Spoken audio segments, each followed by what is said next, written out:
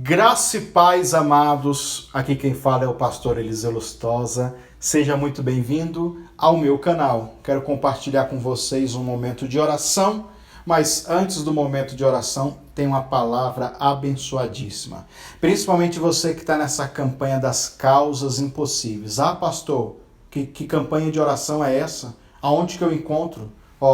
Vou deixar aqui o primeiro link nas descrições. Você vai lá e vai acompanhar desde o primeiro dia essa campanha, para depois também você vir, ouvir essa palavra, receber essa oração no final do vídeo e ser tremendamente edificado, tudo bem? Se inscreva no canal, você que não é inscrito, compartilhe nas suas redes sociais esse vídeo. Quando se inscrever no canal, ativa o sininho para você receber no seu celular, no seu computador aí, as notificações do nosso canal. Tudo bem? Então eu quero compartilhar com você e deixe o seu joinha, marque o seu gostei neste exato momento. Fique agora então com essa palavra edificante. Glória a Deus! Dê uma salva de palmas para Jesus.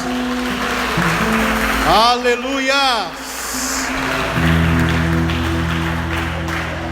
Essa canção me lembra que os discípulos, quando questionaram Jesus, Jesus ficou muito bravo. Se vocês quiserem, vocês podem ir embora. E Pedro falou essa frase: para onde nós vamos? Quem vamos buscar? Que só o Senhor, que tem palavras de vida eterna. Então isso é muito forte para a nossa vida, para os dias de hoje, amém? Pode sentar, fica à vontade vocês aqui. Boa noite para todos, graça e paz, amém? Amados, então nós vamos começar hoje aqui um propósito de campanha, né? Já começamos aí na internet, no YouTube, que é pelas causas impossíveis. Além de mim, tem alguém que tem causas impossíveis aqui? Glória a Deus, né? Todo mundo. E hoje eu quero falar aqui algo bem simples, sabe? Mas na verdade, essas palavras que eu vou trazer para vocês é para gerar motivação ao coração de cada um, amém? É um texto bem conhecido que eu vou iniciar aqui. Os outros textos eu vou falando no decorrer do tempo da pregação. E quero convidar você a abrir a sua Bíblia em Mateus capítulo de número 6. Nós vamos falar sobre aqueles que estão engajados, ou aqueles que vão estar engajados em oração, em jejum, em palavra, em buscar o reino, em estar, dispostos a viver um tempo de bênção, um tempo de milagres. E eu acho que para a gente começar essa campanha, iniciar esse propósito aqui na igreja, é muito importante a gente ter este entendimento aqui. É algo simples, algo básico. Eu vou falar sobre alguns princípios do reino do céu, para então nós depois nos outros dias trazer palavras mais profundas, amém? Mateus capítulo de número 6 é um versículo conhecido de todo mundo, que é o 33. Mateus 6, 33, que diz assim: mas buscai primeiro o reino de Deus e a sua justiça, e todas essas coisas vos, vos serão acrescentadas, vos acrescentarás. Preste bem atenção, irmãos. Essa palavra buscar, diga assim, buscar significa empenhar-se. Não ouvi, diga empenhar-se. Então buscar, você já começa a gerar na sua mente qual é a força que esta palavra tem. Buscar é estar empenhado. Nós falamos, uma linguagem hoje jovem, nós falamos estar engajado. Então, buscar o reino dos céus é estar empenhado, é estar engajado. Só que reino do céu, irmão, é uma coisa muito complicada de se entender, de se compreender. Eu digo para você que você pode procurar qualquer outra coisa aqui nesse culto. Vai depender de você se esse culto, essa campanha, essas reuniões, essas orações que nós iremos estar fazendo aqui, vai depender de você, se elas vão ter efeito ou não na sua vida. Porque o segredo todo desta campanha, de todas e qualquer bênção que você quiser, é entender sobre o reino dos céus.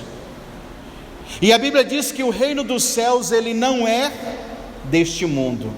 Diga assim: o reino dos céus, ele não é deste mundo. Quando a gente fala de reino, nós estamos falando de governo. E quando falamos de governo, nós estamos falando de uma forma política de se governar. Então nós temos hoje aqui no Brasil o governo dos homens. Nós temos aqui hoje na nação brasileira uma forma de governo, um sistema de governo chamado Os irmãos não jantaram hoje não. Deu o que, irmãos? Demônio? Não, democracia, né? E o reino dos céus não existe democracia, teocracia, ou seja, a vontade de Deus. Por que teocracia? Porque na época onde a maioria dos países, das nações, tinha essa forma de governo chamado reino, estes países, eles constituíam o quê? Reis. E o que eram as leis do povo judeu, além das palavras do Senhor, porque todas as leis que um rei poderia gerar eram baseadas na Torá, na palavra do Senhor naquela época. Então preste bem atenção, as palavras que o rei proferiam, elas se tornavam leis. Então o cidadão que vivia nessa forma de governo chamado reino, as leis vinham diretamente do coração de um homem. Por isso que tem aquele versículo que diz assim, quando o justo governa, o povo se alegra, porque passava por um filtro da alma, um filtro do coração. E se esse coração desse rei, se o coração desse político fosse maligno, perverso, pecaminoso, o povo sofria. Na verdade, nós temos uma grande escala, um grande trono de iniquidade e corrupção, desde a época de Jeroboão para cá. Não teve nenhum rei, teve alguns assim, mais ou menos, mas a maioria dos reis, veio aquela frase do Antigo Testamento: e fulano de tal fez o que era mal aos olhos do Senhor. Ou seja, todos os reis, tanto de Judá como de Israel, foram reis que construíram tronos de iniquidade. E hoje, para as pessoas se adaptar a uma linguagem de reino, e principalmente de uma forma de governo, que é o reino dos céus, onde as palavras do rei são a lei para ele viver, é complicado, irmão.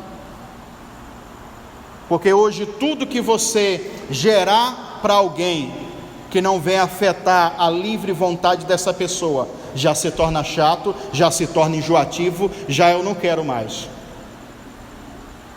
Então, para você se relacionar com Jesus, você tem que entender o reino. E no reino de Jesus, não existe a sua, a minha ou a nossa vontade. Ele respeita a nossa vontade, sabia disso? O bom é isso. Deus respeita tanto a nossa vontade que Ele deu um negócio para o homem chamado livre-arbítrio. Ele um dia chegou para Moisés e disse: Moisés, estou aqui, colocando na tua frente 2 caminhos. Está aqui o caminho da vida e está aqui o caminho da maldição. Você vai escolher para onde você quer ir. E eu digo para você, Moisés, escolhe, pois, o caminho da vida, para que você venha a ser bem sucedido. Então o reino de Deus é isso, irmãos. Não é a minha, não é a sua vontade, é a vontade dele. E quanto é difícil, irmão, vivermos a vontade dele, hein? Meu Deus. Por isso que Jesus sempre pregava que nós temos que morrer para nós mesmos. Se o grão de trigo não morrer, ele não pode germinar. Se as nossas vontades interiores, que estão às vezes ligadas ou interligadas com vontades pecaminosas, se elas não morrem, nós não conseguimos fazer com que o governo de Deus se estabeleça na nossa vida. Hoje nós vivemos um nível de pessoas tão ansiosas, tão preocupadas, tão depressivas, tão desesperadas, que eles querem colocar você na parede e achar que você é Deus. Resolve os meus problemas, porque se você não resolver os meus problemas, essa igreja não serve para mim, esse pastor não é de Deus, isso e aquilo outro, vou procurar outra coisa. Então as pessoas estão assim. Mas não sou eu que tenho que viver o reino de Deus para você, é você que tem que viver o reino de Deus para a sua vida. Então quando a Bíblia diz buscai o reino, está falando buscai o governo dele. Será que é Jesus que governa a tua vida? Ou vira e mexe você quer fazer a sua vontade e deixa a dele de lado?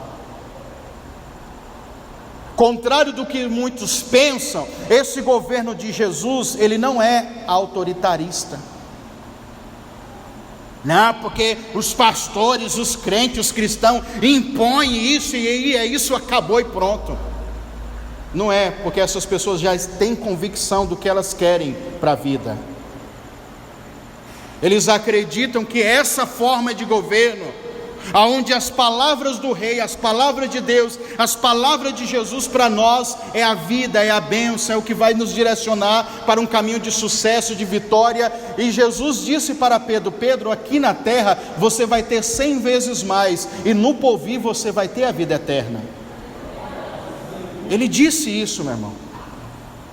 Então, se nós queremos viver as bênçãos, os milagres impossíveis, nós temos que buscar esse reino, buscar esse governo. E quantos de nós estamos desgovernados, irmãos? Ou até mesmo sendo governado pelo império das trevas. Eu fiz um vídeo no YouTube esse final de semana sobre os principados. A grande verdade é que tem muitas pessoas que estão vivendo e sendo regido por esses principados e nem sabem. Eu falei de demônios de alta hierarquia, demônios que controlam a nível nacional e mundial, que estão escritos na Bíblia, em Efésios capítulo 6, que Paulo nos diz. E eu fui falando das classes, porque cada classe, principado, potestade, os dominadores da maldade, as hortes, são classes, irmãos. Esses espíritos que lutam contra você no seu casamento, na tua vida financeira, o espírito do centro de macumba, sei lá de onde é, da feitiçaria, esses menorzinhos aqui, eles são responsáveis para espalhar a iniquidade, são hortes, e a palavra significa tropa ou exército. Diga assim: hortes significa tropa ou exército. Então eles se espalham, irmãos. Então esses que manifestam aqui é os miudinhos, irmãos, é os mais fracos, da qual tem crente que se falar o nome deles, eles querem sair correndo de medo. Imagina se ele vê o principado, imagina se ele vê um outro que eu falei lá, que é o Senhor do mundo, ou a Bíblia chama ele príncipe deste mundo das trevas. É um demônio que governa nações, que rege nações. Ah, pastor, mas a igreja não sofre, porque a igreja não é desse mundo. Sim, nós não sofremos diretamente, mas às vezes a influência deles no comportamento social, na ideologia, na filosofia, no folclore, na religião, e assim na educação, e assim sucessivamente eles governam. Eles controlam e constroem estruturas de pensamentos que não são demônios, mas são plataforma para demônios entrarem na vida das pessoas. Então, até mesmo para você escolher um candidato na política hoje, se você não tem esses entendimentos, como que você escolhe? Se não tem ninguém disponível que vai fazer a vontade de Deus, como é que faz? Ou a igreja se levanta para colocar pessoas que têm este pensamento, que não vão combater apenas a fome no sentido de sair dando dinheiro para os outros, mas combater o espírito da miséria, da pobreza que rege aquele lugar, que não deixa empresas entrar naquela cidade, que não deixa, porque existem esquemas de corrupção, esquemas de favores, e aí, enquanto um come muito, os outros passam fome. Como que nós criamos um governo justo se nós não sabemos nem o que é reino de Deus, irmão? Se o reino de Deus ainda nem governa totalmente a nossa vida. Irmão, se eu for aprofundar nisso aqui é coisa, mas deixa para lá. Eu acho que você já entendeu um pouco. Buscai o reino de Deus é estar empenhado, estar engajado. Essa campanha, esse propósito, você tem que estar engajado, irmão. Você tem que gerar esse compromisso de estar engajado, de dar o seu melhor. E não só essa, mas todos os outros propósitos. O engajamento é o que vai fazer a força, é o que vai fazer a violência do reino acontecer. Tem pessoas que não têm engajamento. Para buscar o reino é necessário o engajamento. Para receber milagres é necessário você estar engajado. Se você hoje veio procurar qualquer outra coisa aqui nessa igreja, nesse lugar, ou aonde você for, se você for procurar primeiro favores de homens, orações de homens, não que essas orações são pecaminosas, não tem problema.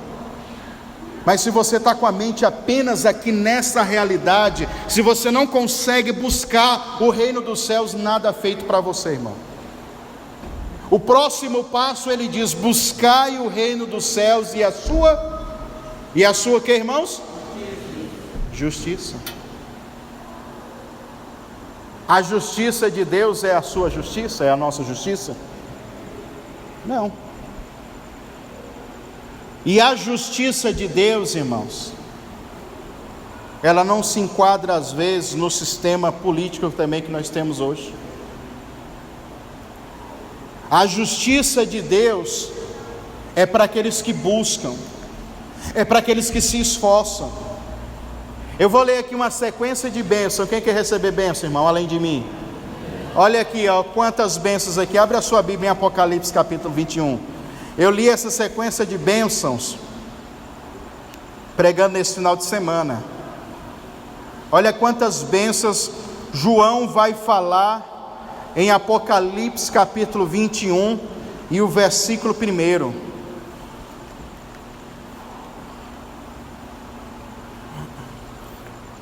Ele está falando da cidade santa, do reino dos céus, da cidade, a nova Jerusalém, o novo céus, nova terra, nova vida, nova expectativa de vida. Lá não vai haver mais pranto, nem dívida, nem conta para pagar. Você não vai precisar mais comprar remédio, você não vai mais sofrer. Um monte de coisa não vai mais acontecer com você. Quem é que não quer essas bênçãos, irmão? Quem é que não quer este governo aqui? Todo mundo. Mas até para você ter esse governo aqui, este reino aqui, olha aqui quanto que é bênção, ó. Apocalipse 21, versículo 1. E vi um novo céu, uma nova terra, porque já o primeiro céu e a primeira terra passaram, e o mar não existe mais. Eu, João, vi a cidade santa, a nova Jerusalém, que Deus descia do céu, preparada como uma esposa adornada para o seu marido. Versículo 3. E ouvi uma grande voz do céu que dizia: eis aqui o tabernáculo de Deus está com os homens, pois com eles habitarás, e eles serão o seu povo, e o mesmo Deus estará com eles, e será o seu Deus. E Deus, olha aqui as bênçãos, ó, depois de toda a maravilha que João viu, e Deus limpará de seus olhos todas as lágrimas. Quanto sofrimento nós temos passado, financeiro, emocional, sentimental, familiar, espiritual, quantos sofrimentos que nos geram lágrimas, né? E olha aqui a promessa para nós: Ele vai limpar todas as nossas lágrimas, e não haverá mais morte. Olha que bênção! Nem prantos, ninguém vai mais prantear, ninguém mais vai chorar, ninguém vai mais sentir dor. Ele vai dizer: não haverá nem clamor. Clamor é a palavra significado grito, ou falar em voz alta. O grito pode ser de desespero, pode ser de medo. Não haverá mais o clamor, né? E nem dor. Isso aqui, pelo amor de Deus, é essencial. Ninguém merece sentir dor a vida toda, não é verdade? Tanto física como emocional, psicológica. Quantas bênçãos, nós não vamos sentir mais nada disso. Continuando: porque estas primeiras coisas são passadas. E o que estava sentado sobre o trono disse: eis que faço nova todas as coisas. E disse-me: escreve, porque estas palavras são verdadeiras e fiéis. Não é uma mentira, irmãos. É algo concreto que vai e está acontecendo, né? Aí continua o versículo 6: e disse-me mais: está cumprido. Eu sou o alfa e o ômega. Diga assim: está cumprido. Então tudo já se fez, irmão. Todas essas bênçãos aqui já estão disponíveis para você. Pastor, não quero mais sentir dor. Pastor, não quero mais sentir esse sofrimento. Eu quero que Então, já está cumprido isso daqui. É só você tomar posse. Mas para tomar posse é uma batalha. Para tomar posse é uma guerra, aonde tem opositores. Os opositores são os inimigos. Os inimigos são os espíritos da maldade, aqueles que estão descritos, como eu disse, em Efésios capítulo 6, onde Paulo vai falar dos principados e tal. Versículo 6: e disse-me mais: está cumprido. Eu sou o alfa, o ômega, o princípio e o fim. A quem quer que tiver sede, de graça lhe darei a fonte de água viva.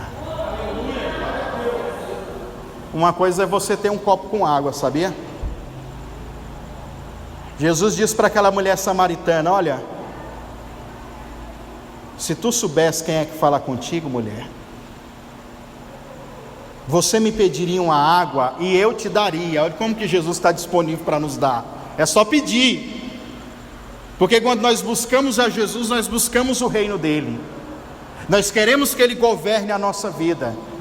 E Jesus disse para aquela mulher: se tu soubesse, tu iria me pedir uma água, e eu te daria uma água, mulher, que nunca mais você precisaria voltar aqui e encher o teu balde, o teu galão, o teu cântaro. Não ia precisar mais você voltar aqui, porque a água que eu iria te dar, ela nunca mais ela iria matar a tua sede. Nunca mais você teria sede. E você não tendo sede, você não precisaria de toda essa engrenagem, de todo esse trabalho. O que aquela mulher responde? Aonde estão essas águas? O Senhor pode me dar dessas águas? Sabe o que o mundo te dá hoje? O que o mundo te oferece? O mundo te oferece, o mundo te dá um copo com água. O que é um copo com água? Eu estou com sede, quero beber, vou lá, bebo um copo com água e mato minha sede ali. Se eu tiver sede de novo, eu não tenho que beber outro copo com água, irmão? Sim ou não? E qual é a diferença da fonte de um copo com água? Diga assim: a fonte, ela jorra continuamente, sem parar. O copo com água você bebe e acaba ali. A fonte, ela jorra sem parar. Jesus está dizendo aqui: eu vou dar de graça para quem quiser e tiver sede. Eu não vou dar um copo com água. Como eu disse para aqueles irmãos, que quem receber um desses discípulos e der apenas um copo com água para eles, não vai perder o galardão. Só que o que eu vou dar é uma fonte. Não vai precisar mais ter sede, não vai precisar mais beber. Você trabalha o mês todo, sim ou não? No final do mês você tem um salário. Aquele salário que você ganha dá para o resto da sua vida, sim ou não? O que você tem que fazer? Trabalhar mais um mês de novo, sim ou não? Então esse salário é um copo com água. O que Jesus quer entregar para mim e para você financeiramente é uma fonte financeira. Ah, pastor, todo dia eu tenho que tomar um remédio para tratar essa enfermidade, para parar a dor, para parar isso, aquilo, outro. Jesus não quer te dar apenas um comprimido. Ele não trabalha com comprimido que alivia agora e depois você tem que tomar de novo. Diga assim: Jesus quer me dar uma fonte de cura e de vida eterna. E assim sucessivamente, irmãos. No caso da mulher samaritana, era uma fonte para a vida sentimental, porque aquela mulher já tinha cavado ou tentado procurar 5 maridos. E o que ela estava agora não era dela, ela estava numa relação extraconjugal. Mas não tem jeito, irmão, quando o reino de Deus ele se manifesta, você não vai precisar mais copo com água, porque você vai ter uma fonte. E aonde está a fonte, pastor? A fonte está em Jesus, a fonte está no reino, e ela está disponível agora. Você não acabou de ouvir aqui que ele disse: está concluído, está feito, está cumprido, já está disponível.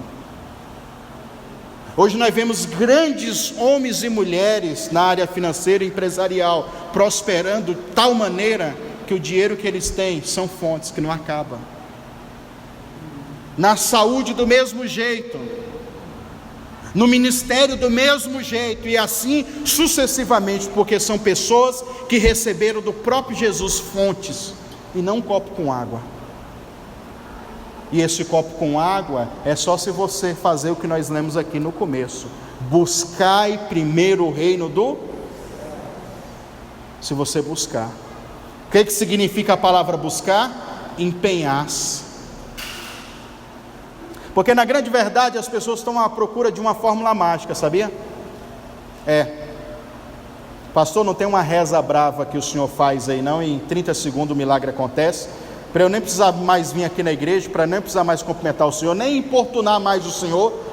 Será que o senhor não tem essa fórmula mágica não?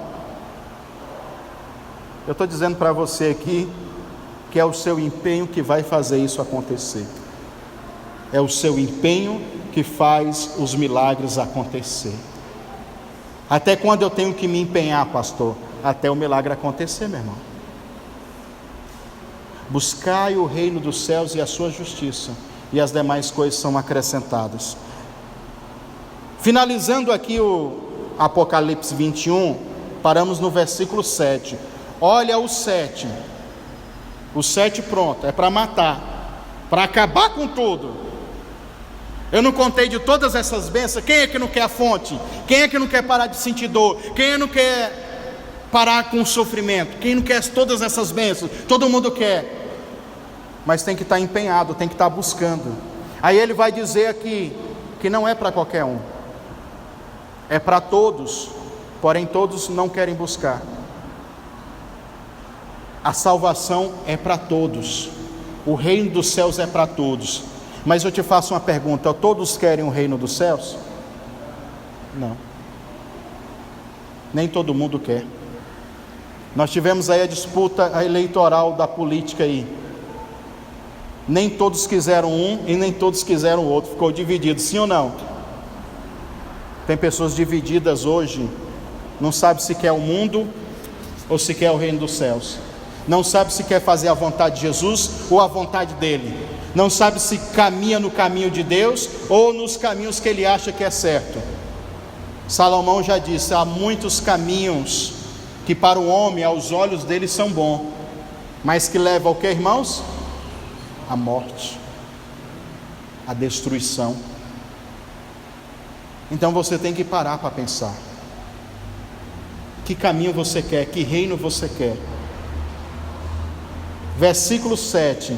Olha como que eu enrolo, né, irmão? Pelo amor de Deus. Ao que vencer.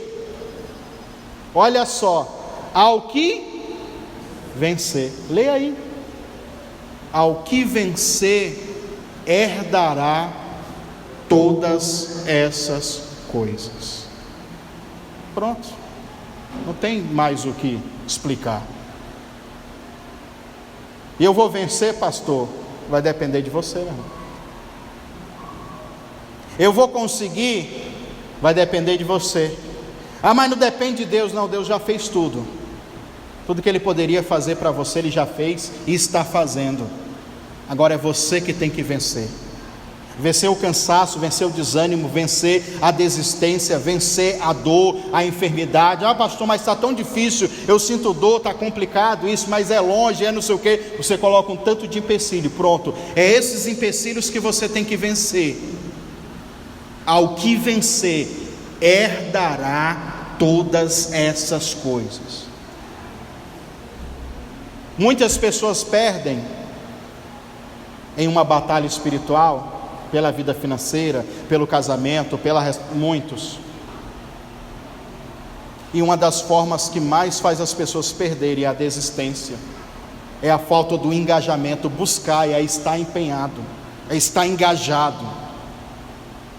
Então o que faz eu e você receber as grandes bênçãos, os grandes milagres, é a nossa força que nós temos em Cristo, em Deus, a oração, a intercessão, a busca, a fidelidade, a consciência cristã. É tudo isso que nos faz vencer dia após dia. Ao que vencer, herdará todas essas coisas, e eu serei o seu Deus, e ele será o meu filho. Olha o que é que a palavra do Senhor fala. É o que vencer. A grande realidade é que muitos estão perdendo hoje, irmão.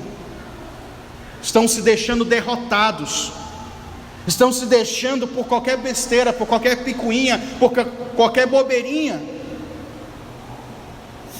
por qualquer viés ideológico, filosófico, religioso. Estão perdendo. E o inimigo está rindo, e o inimigo está achando bom, porque daí ele vai prevalecendo. E parece que por algum momento, por alguns segundos, por alguns dias, ou talvez até anos, você pense: Deus não funciona para mim, a minha fé é mesmo que nada. Mas não é apenas a sua fé, é a sua atitude de fé que não expressa nada. Ensinaram eu e você muitas coisas, a rezar, a fazer penitência, a ter algum tipo de fidelidade na igreja local. Ensinaram eu e você ser religiosos uniformes. Mas quem que ensinou a gente a lutar? Sabe quem é que está ensinando a gente a lutar, irmãos? A vida. A vida está ensinando a gente a lutar. Porque é tantos problemas, é tantas dificuldades. Mas a vida, ela ensina de uma forma dura, às vezes. A vida, ela ensina da forma mais terrível. E não existe hoje homens e mulheres, mentores, que ensinem as pessoas a batalhar pela fé. Aí você pega e lê o livro de Judas, não o Iscariote. O Judas, o apóstolo, ele só tem uma epístola antes de Apocalipse. Ele começa descrevendo, e lá no versículo 3 ele vai falar: olha, eu quis escrever para vocês sobre a fé que traz a salvação comum, uma salvação coletiva. Aí ele diz assim: mas eu tive por necessidade exortar os irmãos a batalhar pela fé. Então o apóstolo Judas, ele já ensinava as pessoas a batalhar pela fé. Existe uma batalha. Ah, pastor, mas da onde eu vim disse que não precisa mais batalha, que Jesus já batalhou e venceu tudo. Mas olha como é que está a sua vida. Eu sei que criaram e estão criando uma teologia para quem não sofre, para quem não passa por problemas de divórcio, enfermidades, crise financeira. Ou quando isso acontece na igreja deles e vão buscar o líder religioso, eles vão te dar ferramentas humanas. Não, procura um psicólogo, procura um médico, procura um economista, procura um estudo, procura isso e aquilo outro. Então para que existe igreja mesmo? Para que a gente veio aqui? Só para ser um bando de religioso? Um bocado de pessoa que fica brincando de filosofia, de teologia, de coisas que às vezes não interferem nada na nossa vida? Ou a gente vive um evangelho vivo, um evangelho de resultados, ou nós vivemos aquilo que Paulo falou assim, que o evangelho é o poder que transforma, ou nós ficamos nessa ladainha a vida toda, e discutindo ainda, brigando. Porque se tem uma coisa que cristão sabe fazer é brigar dentro da Bíblia. Ah, mas eu acredito nisso. Ah, mas eu acredito naquilo outro. Ah, mas na outra igreja diz que eu tenho que rapar o sovaco. Ah, mas na outra igreja diz que eu tenho que rapar a perna. Não, mas na outra igreja diz que se você rapar a perna e o sovaco, você é um endemoniado. É a soberba, é a inveja, é a vaidade, é o Satanás na tua vida. Ah, mas na outra igreja diz que não precisa dar dízimo. Ah, mas na outra diz que sim. Ah, quem dá dízimo é ladrão. Quem tá... E nós fica nesse round, irmão. Fica parecendo um UFC gospel. E no fundo, nós não vamos para lugar nenhum. Você tem que encontrar a verdade dentro de você. A palavra do Senhor é muito mais do que as escrituras. As escrituras, o texto aqui, esse papel, tá bom, você pode chamar até de literatura, mas o que transcende isso daqui é um negócio chamado verbo vivo. Verbo é palavra, uma palavra viva. O que transcende isso daqui é a palavra viva. E o que é a palavra viva dentro de mim? É uma revelação dentro de mim. Da mesma forma que um dia você se decidiu a vou ser cristão, eu vou acompanhar os caminhos de Cristo, você teve uma revelação de Cristo. Mas para as outras áreas da sua vida, você vai estar precisando de revelações.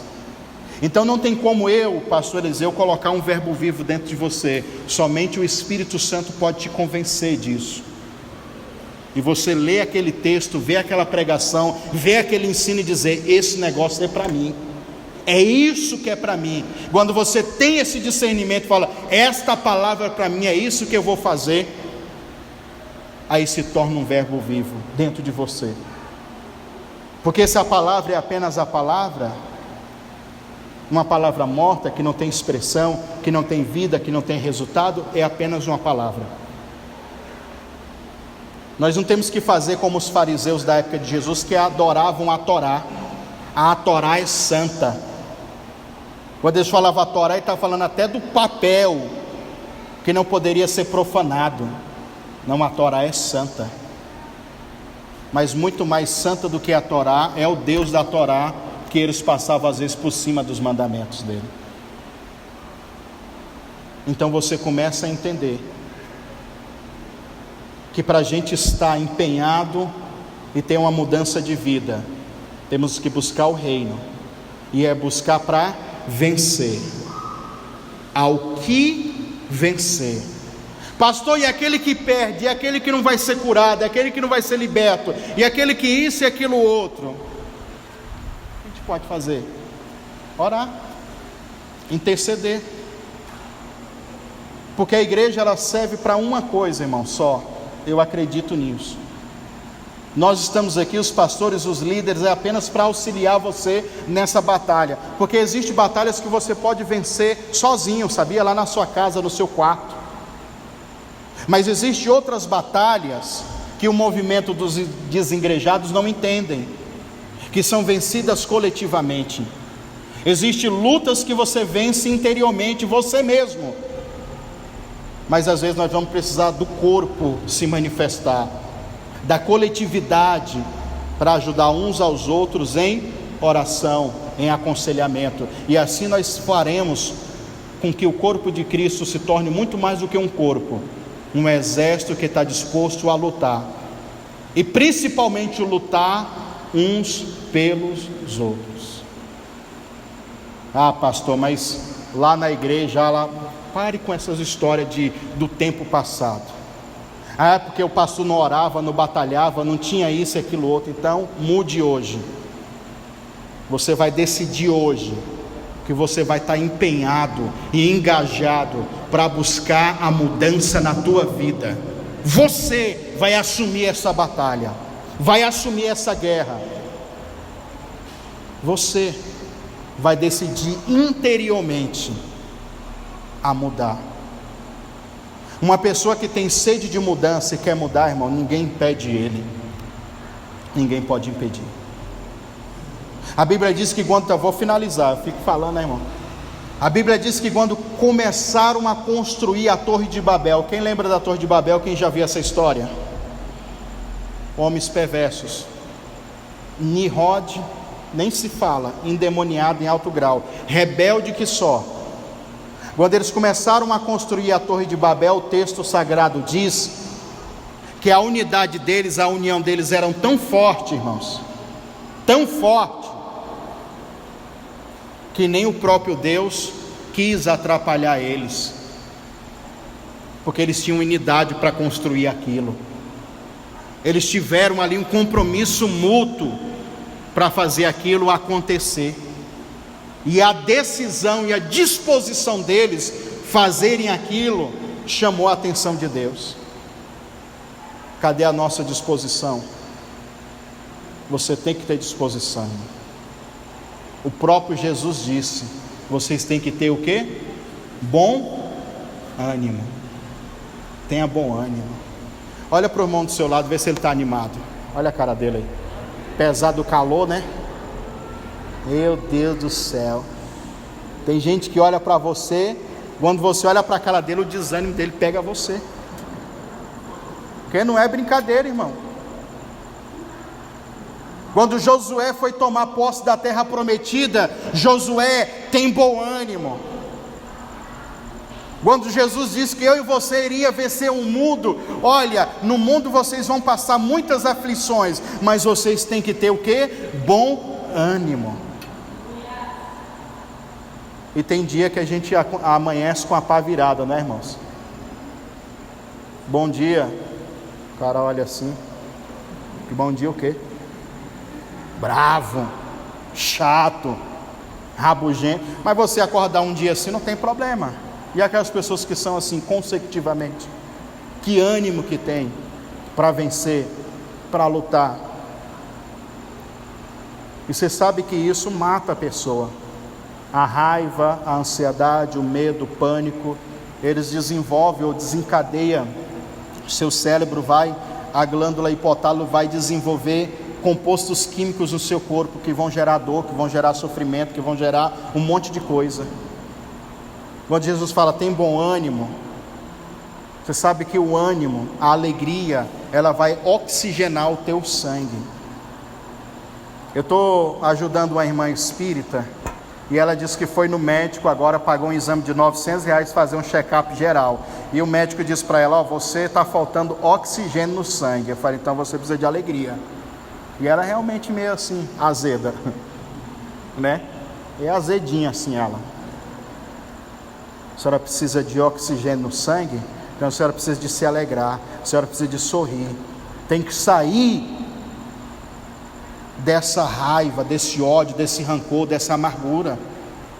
Tem que se alegrar, tem que ter bom ânimo, porque até na hora da batalha o bom ânimo vai te dar mais força, vai te dar mais energia. Ah, pastor, mas eu não tenho nenhum motivo para se animar, para se alegrar. Encontre. Lute pela sua família, lute pelos seus filhos, lute pela... caça um alvo. Não é assim que a gente vê nos filmes, irmão? Sim ou não? Quem é das antigas que assistiu aquele filme do boxeador Rocky, pelo amor de Deus, o homem apanha o filme todo. Na última luta ele está lá apanhando, quase morrendo. Você sabe, é soco, é murro, e o cara não dá, pelo amor de Deus, vai morrer. Aí vem aquela lembrança da família, que ele tem que vencer, não sei o quê. Aí ele arruma a força de onde não tem. É aquilo que chama a atenção do filme. É aquilo que dá o ápice. Você tem que encontrar isso dentro de você. Essa violência para vencer. Tem pessoas que o diabo já sepultou os sonhos deles, os projetos, a meta. E aí, irmão, você está buscando o quê? Eu não estou buscando nada. Então para que vem para a igreja? Vai para a pizzaria, é melhor. Na pizzaria, pelo menos você vai comer uma pizza, um monte de carboidrato, que vai liberar no seu cérebro endorfina e dopamina. Você por um momento vai sentir uma sensação de alegria, mas depois piora, né? Então nós temos que mudar completamente. O reino de Deus é que deve ser buscado primeiramente. E aí? Você está disposto a ficar engajado nessa campanha, neste propósito de invocar e buscar o reino dos céus, irmãos? Para que seja lá, que tipo de milagre que você precisa, financeiro, sentimental, espiritual. Se eu falar para você que eu já tenho anos de crente, e até hoje eu estou engajado em batalhas que eu ainda não venci, mas quero vencer. Tem batalhas assim, irmãos, que vão durar anos, que vai depender da nossa violência, da nossa insistência. Quando Jesus foi curar aquele paralítico no tanque de Betesda, irmão, o que chama a atenção de Jesus, para mim, na minha opinião, que a Bíblia não fala, por que ele deixa de ir na festa para ir lá no tanque de Betesda, que era um lugar fedido, sujo? A insistência daquele homem. 38 anos tu está aqui, meu irmão, esperando o milagre. Quando chega a minha vez, outro vai na minha frente, eu não recebo, mas eu não desisto, eu continuo aqui. Então veja como que é. O engajamento daquele homem é o engajamento que nós temos que ter, até o céu se manifestar, até o reino dos céus vir e se apoderar da nossa vida. Amém? Antes de a gente orar aqui,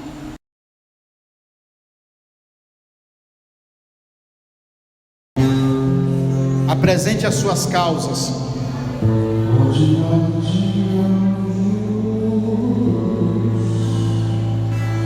Onde Deus reina,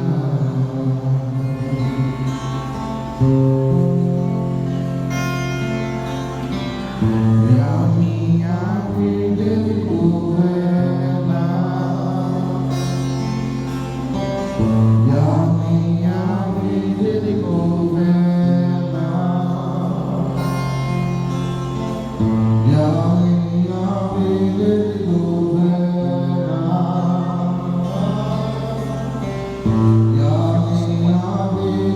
Samuel,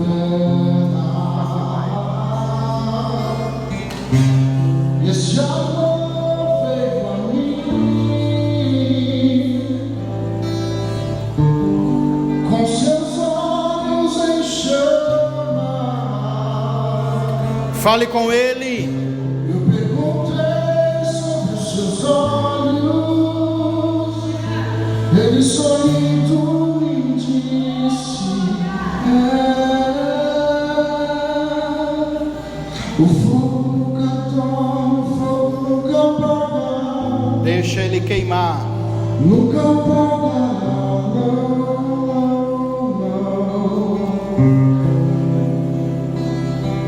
Deus nunca morre, Deus nunca é vencido, nunca é vencido.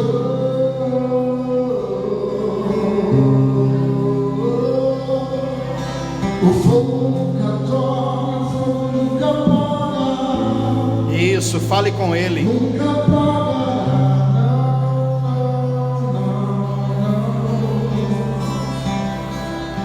Deus nunca morre, Deus nunca é vencido, nunca é vencido.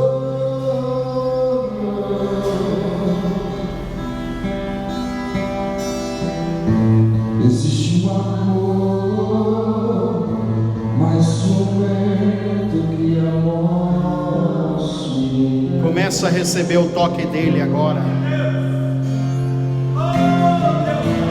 Existe um amor mais violento que a morte. Deixa ele te curar agora.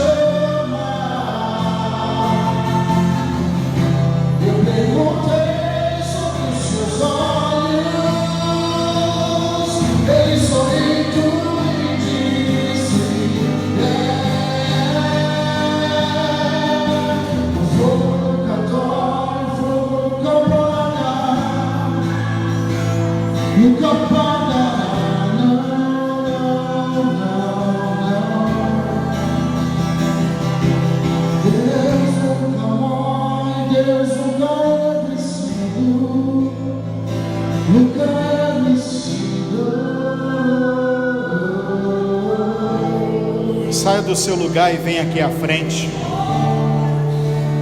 Vamos orar juntos aqui agora. Vem todo mundo aqui à frente.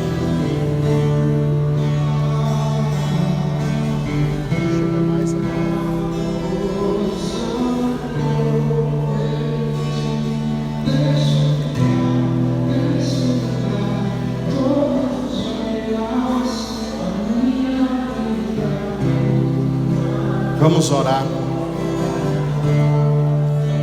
Coloque as suas duas mãos sobre o seu coração. Repita assim comigo: Senhor Jesus, nós abrimos agora este propósito de oração e de campanha.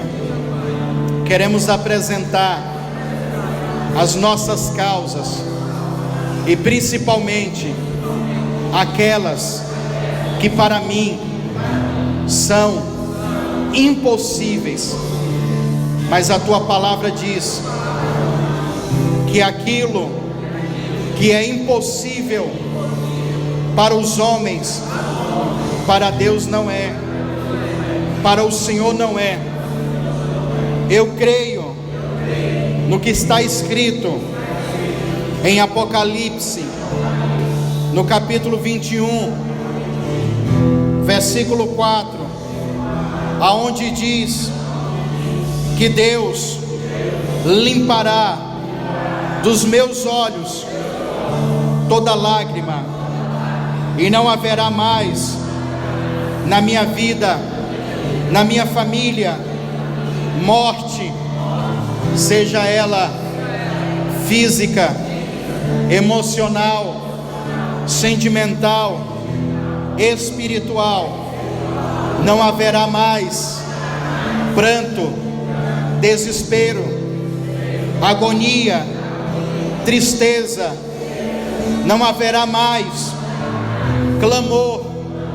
Eu não precisarei mais de clamar por ajuda de homens que são limitados, porque neste momento eu estou invocando aquele que pode todas as coisas.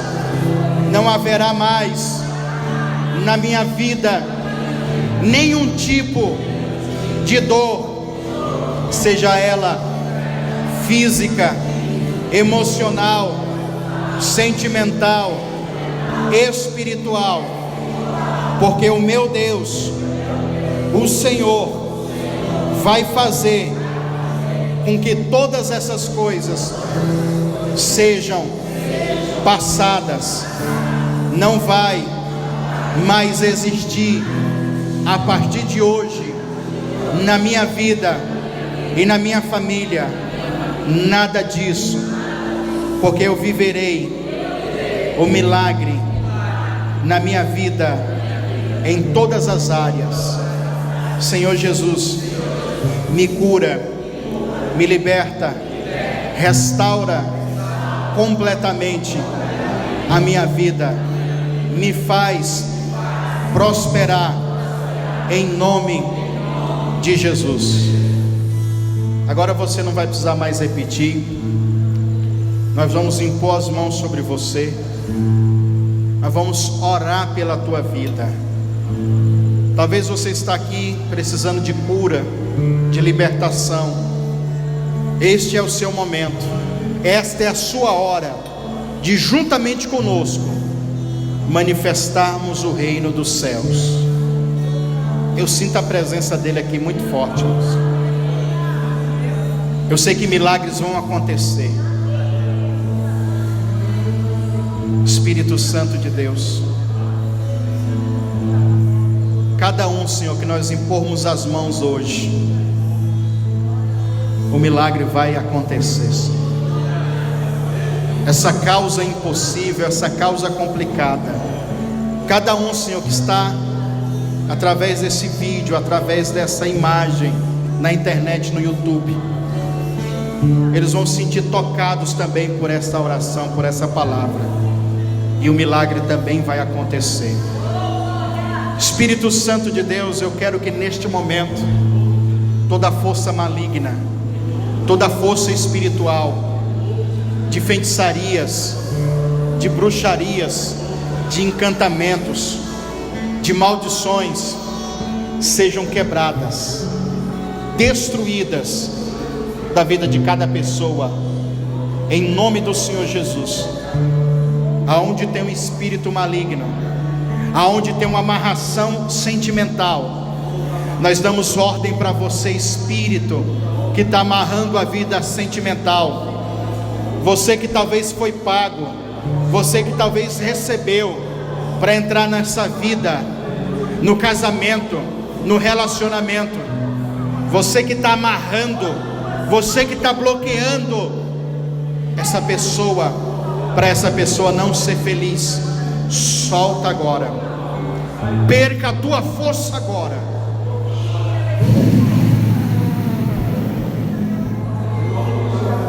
Tudo que foi dado na encruzilhada, na Mata Virgem, no cemitério, no Roncó, na pedreira, na cachoeira, espírito de enfermidade que está gerando esse nódulo, esse cisto, este mioma, o caroço, o câncer, a alergia, o inchaço, a inflamação, a infecção, solta essa pessoa agora, solta essa pessoa agora, perca a tua força agora, perca a tua influência agora. Toda a dor que essa pessoa está sentindo, dor nas juntas, nos nervos, nas articulações, nos ossos dessa pessoa, eu te repreendo agora a dor, dor na garganta, dor nas costas, dor nos joelhos, dor nos pés, no estômago, solta agora, solta agora, e vai embora, em nome do Senhor Jesus.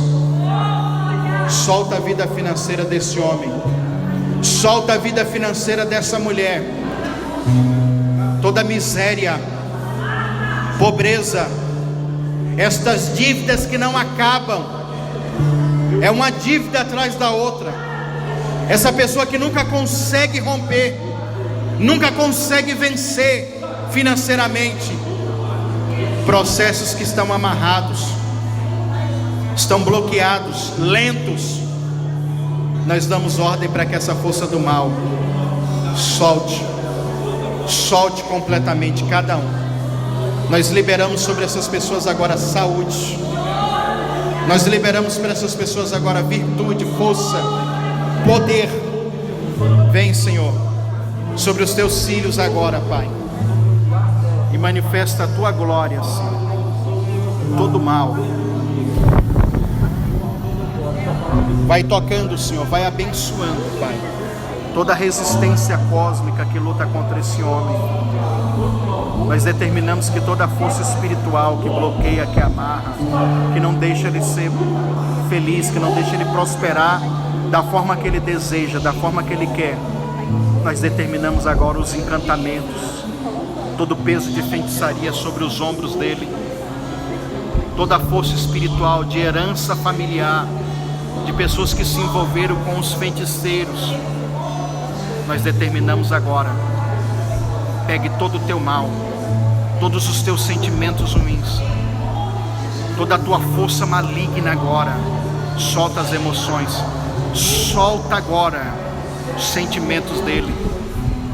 Eu coloco dentro desse homem agora a libertação que ele pede, aquilo que ele está precisando. Deus, chega de sofrimento, chega dessa luta, Pai, dessa batalha que o teu filho vem travado, Senhor. Neste momento, nós quebramos toda essa força espiritual. Saia, solta completamente, Deus, do alto da cabeça à planta dos pés, Senhor. Restaura o teu filho completamente, Senhor. Restaura completamente, Espírito Santo. Deus, vem sobre a tua filha, Pai.